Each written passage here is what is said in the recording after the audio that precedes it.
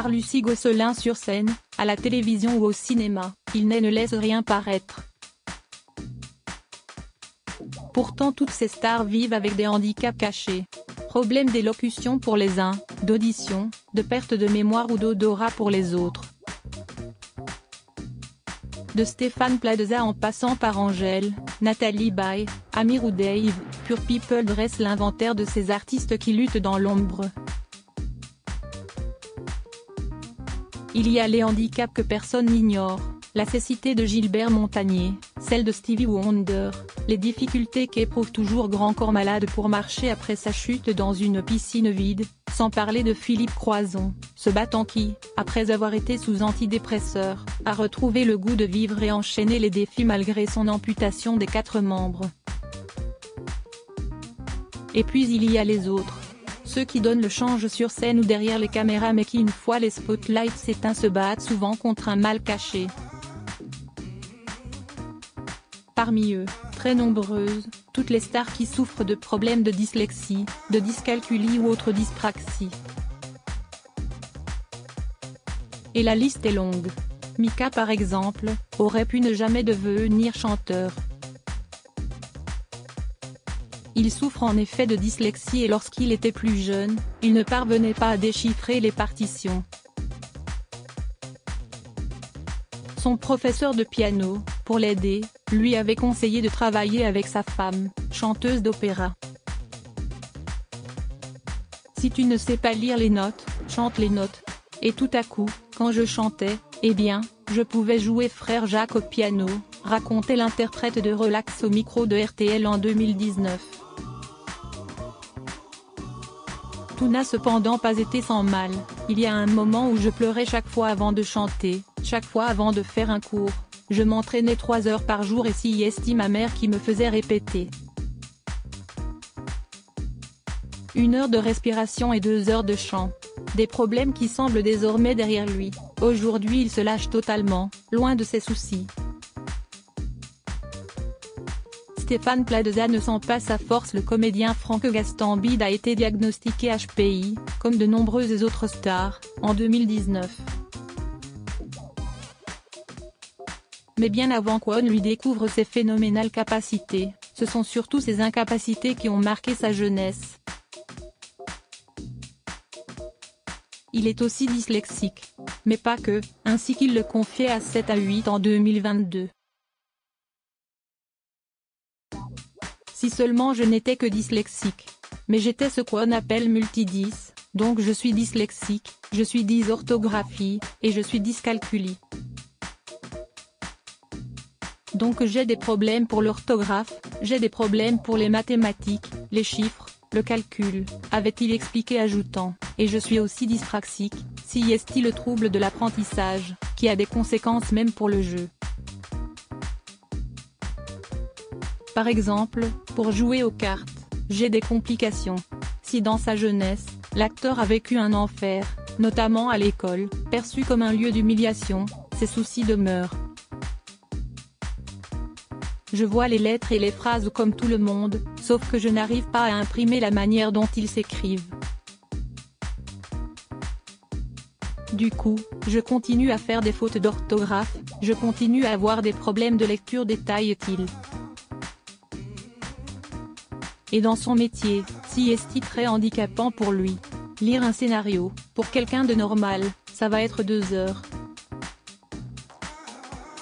Pour moi, ça va être 4, parce que mon cerveau doit remettre en place les lettres pour former des mots. Aujourd'hui, il ne craint qu'une chose, transmettre ce handicap s'il avait des enfants. Pour Stéphane Plaza, le quotidien n'est pas toujours facile non plus, lui qui souffre notamment de dyspraxie. Dans un post Instagram, en 2020, il avait écrit, en gros, si est une altération de la communication entre le cerveau et le corps, les deux fonctionnent très bien, mais pas ensemble. Maladresse, dyslexie, difficulté à maîtriser sa force et à faire ses lacets. Un mal qui ne semble toutefois pas l'empêcher de réussir dans ses affaires, même si ces derniers temps, des accusations pèsent sur lui qui pourraient les compromettre. Nathalie Baye ne se souvient pas de sa date d'anniversaire depuis l'enfance. Nathalie Baye souffre elle aussi de dyslexie. Un handicap qu'elle doit encore surmonter aujourd'hui ainsi qu'elle le racontait il y a quelques années à Marie-Claire. J'éprouve encore de grosses difficultés avec les noms propres. Si je rencontre un monsieur Trianon, je vais l'appeler monsieur Triton.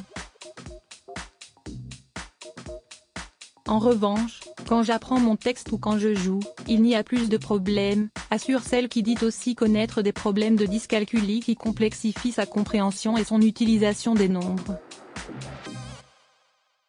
Pour les illustrer, la comédienne, qui avait connu une romance secrète avec un homme politique, donnait ces exemples à nos consoeurs. Je me suis fait avaler ma carte bleue récemment, parce que j'ai confondu mon code bancaire avec celui de mon immeuble.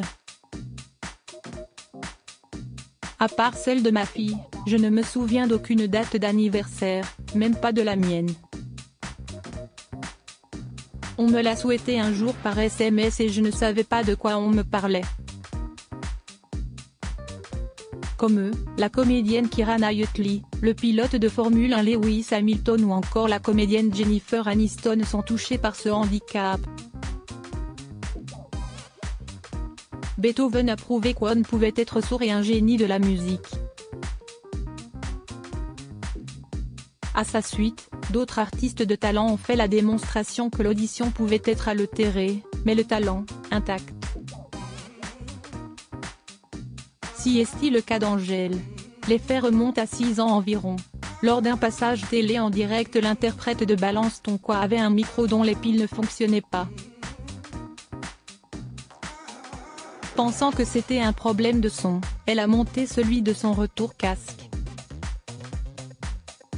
J'ai alors pris un jus dans les oreilles, expliquait la chanteuse à Brut en 2020. C'était un gros coup. C'était physique. Le son, si est-il des fréquences qui viennent taper dans le tympan. Le soir même, j'ai eu la merveilleuse idée de travailler un nouveau son au casque. Et quand j'ai arrêté la musique, j'entendais encore le son dans mes oreilles. Et ça s'est pas calmé depuis. Je me souviens d'avoir eu une énorme angoisse parce que je savais que c'était incurable. La chanteuse belge souffre donc d'acouphènes. Elle en a même fait une chanson intitulée J'entends, une façon pour celle qui a longtemps réprimé son attirance pour les filles, d'accepter ce handicap. Amir n'entend qu'un mono, pas en stéréo. Amir, lui, n'a pas de canal auditif à l'oreille droite. Enfant, il aurait pu être appareillé pour entendre des deux oreilles. Il ne l'a pas fait. Et il s'en accommode très bien. J'entends en mono et pas en stéréo, confiait-il en 2023 à Europe 1. J'entends tout avec une seule oreille et ça ne m'a jamais dérangé pour vivre, pour fonctionner, pour faire ce que j'ai envie de faire. Donc, si est-il peut être un handicap officiellement parlant, mais pas pour moi. Le chanteur y trouve même des avantages, comme celui de mieux dormir et de pouvoir se concentrer plus facilement. Ou comment l'heureux papa a transformé une faiblesse en force. Pascal Elbé s'est rendu compte il y a une quinzaine d'années qu'il entendait de moins en moins bien. Jusqu'au jour où cette déficience auditive est devenue problématique face à un partenaire comédien. Sa surdité, ainsi qu'il le racontait à gala en mars 2023, lui est alors apparue comme une vérité. Un choix s'offrait alors à lui, abdiquer et me replier sur moi-même, ou m'accrocher en me faisant appareiller. Pascal a choisi la deuxième option, qui lui a permis de renouer le contact avec les autres. Au début, c'était l'horreur. Se souvenait-il? Les sons étaient amplifiés. À travers cette drôle de mésaventure que m'a offert l'existence, j'ai réalisé que j'étais combatif. Dave perd la mémoire, certains n'entendent pas, lui ne sent rien. Alex Vizorek souffre d'anosmie, un trouble très connu grand public depuis la crise du Covid puisqu'il prive d'odorat ceux qui en souffrent. L'humoriste, lui, vit avec depuis l'enfance. Interviewé dans l'émission Extravagante sur Paris Première le 8 mars 2021, il expliquait n'avoir jamais vécu ou éprouvé la sensation de sentir un handicap qui l'obligeait à tricher, lorsqu'il était enfant. La scène se déroule samedi 28 octobre 2023 sur le plateau de 7 à 8. Dave est interviewé par Isabelle Iturburu à propos de son livre Comment ne pas être amoureux de vous. Ce livre est différent des autres, souligne l'artiste, si est presque un dialogue avec celui qui a coécrit le livre avec moi. Ce garçon, il s'appelle Gauthier. Le chanteur s'arrête soudain de parler.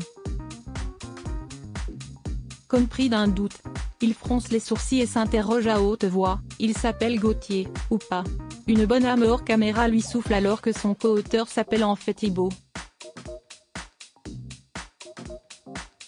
L'occasion pour Dave de raconter qu'il souffre de troubles de la mémoire immédiate et qu'il oublie notamment les noms depuis sa terrible chute dans des escaliers en janvier 2022 qui l'avait laissé 4 jours dans le coma.